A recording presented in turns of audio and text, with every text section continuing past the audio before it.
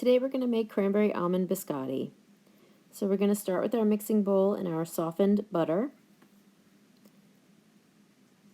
To that we're going to add our sugar. We're going to put this on the mixer with the paddle attachment, and we're going to cream our butter and sugar.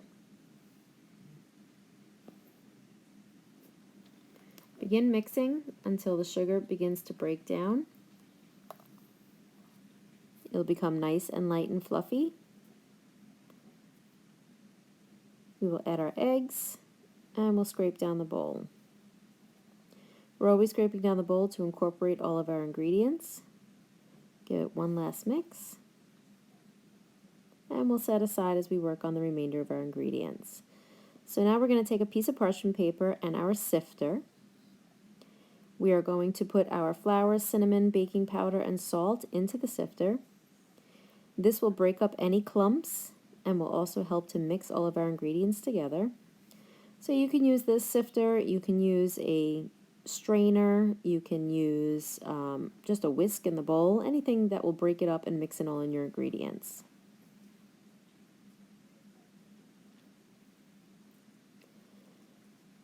Okay, so next, once we have that all completed, we are going to add our orange zest to our mix.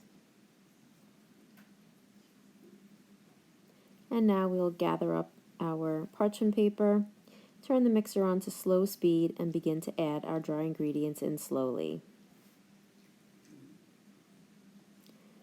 We're going to mix just to bring the ingredients together slightly. Then we'll stop and we'll add in our cranberries and our almonds. Begin mixing again until all the ingredients come together, being careful not to overmix. Next, we're going to weigh out our dough. So we're going to put a bowl on our scale. We're going to zero or tare the scale and weigh the entire dough. So when we weigh this, we find out that our dough, or our total recipe, weighs 1,663 grams. We want to make 4 recipes, so it becomes 400 rounded 16 grams. So now what we'll do is we will now take that dough and we will divide it into 416-ounce portions.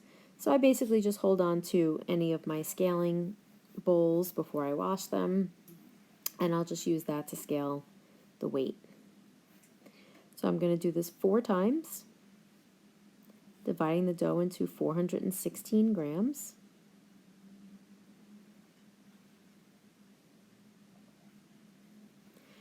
And by doing this, this allows us to have equal size cookies and allows for equal baking time. Again, every container that you put on the scale, you want to tare or zero it. And at the end, if you need to grab a little pinch from your other batches, that's fine. So now we're going to take some flour and we're going to dust our working surface with some flour. We're going to now remove our dough, keeping it into its portion size, onto the cutting board.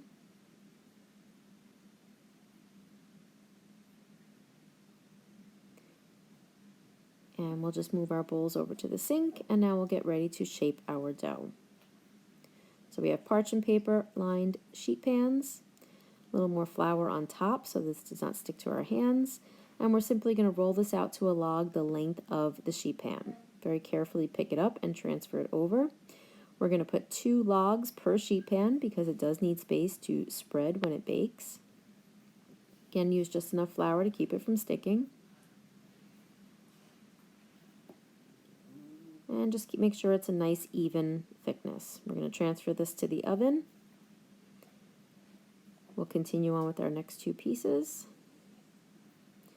And we're going to bake these in the oven at 350 degrees for about 20 to 25 minutes, always rotating halfway for even baking. We're looking for it to get set up on the outside and have a slightly golden bottom. It shouldn't be too dark in color because these are going to bake a second time. So now once they come out of the oven, you'll see that they have set, they've gotten nice and firm. We're going to take them onto a cooling rack. This will allow them to cool properly. We just want them to cool slight enough so that we can handle them and slice them. We don't want them to get too cold because then they might crack as we go to slice them. So we're just going to take them off and leave them maybe 5 or 10 minutes, maybe just 5 minutes on the cooling rack just so that they become cool enough to handle. We'll clean up our sheet pans, put them aside because we're going to use them again. And we'll just wait a few moments. So now here we're back with our serrated knife. So again, we're looking for those teeth on the bottom of the knife. That shows that it's serrated. We're going to take our biscotti and we're going to slice it. So you want to trim off the ends and then you want to slice them evenly. You can do them usually about like 1/2 to 1 inch thickness, depending on what you're looking for a final shape. So now after we've sliced up that whole log, we're going to now turn them on their side and prepare them for the second bake. And what we're looking for on the second bake is that now they get nice and golden, they dry out, become a little crunchy. These are meant to be served with a hot beverage like coffee or tea. You dunk them in there. They're a delicious cookie to have. So here we sliced straight across, so we have much smaller, more 2 bite-size cookies. And I'm purposely making everything into bite-sized cookies because I am preparing cookie platters. But if you wanted to make them a little bit bigger, you would do something called slicing on a bias or on an angle. So here I'm taking my knife and I'm cutting it on an angle, so it will give me nice longer pieces. And we'll have a comparison to show you. We're going to slice this all the way down to the end. Again, always saving the end bits because they're good to snack on, or they're good to keep around and to, you know, crunch up and maybe throw on top of ice cream. They're always, never get rid of your scraps.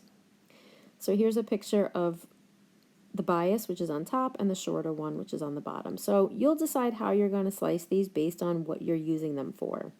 If I was just serving 1 or 2 biscotti with a cup of coffee, I would probably do the larger ones. Because I'm doing a cookie platter, I want to keep everything to like 2 bite size, you know, 2 to 3 bites per cookie, so I'm making them smaller.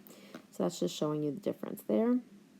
And what we'll do is we'll get them back in the oven, we'll toast them up, they'll get nice and brown and crispy. Store in an airtight container for up to 3 weeks. If you want to see more, follow me at LACHS Culinary on Instagram.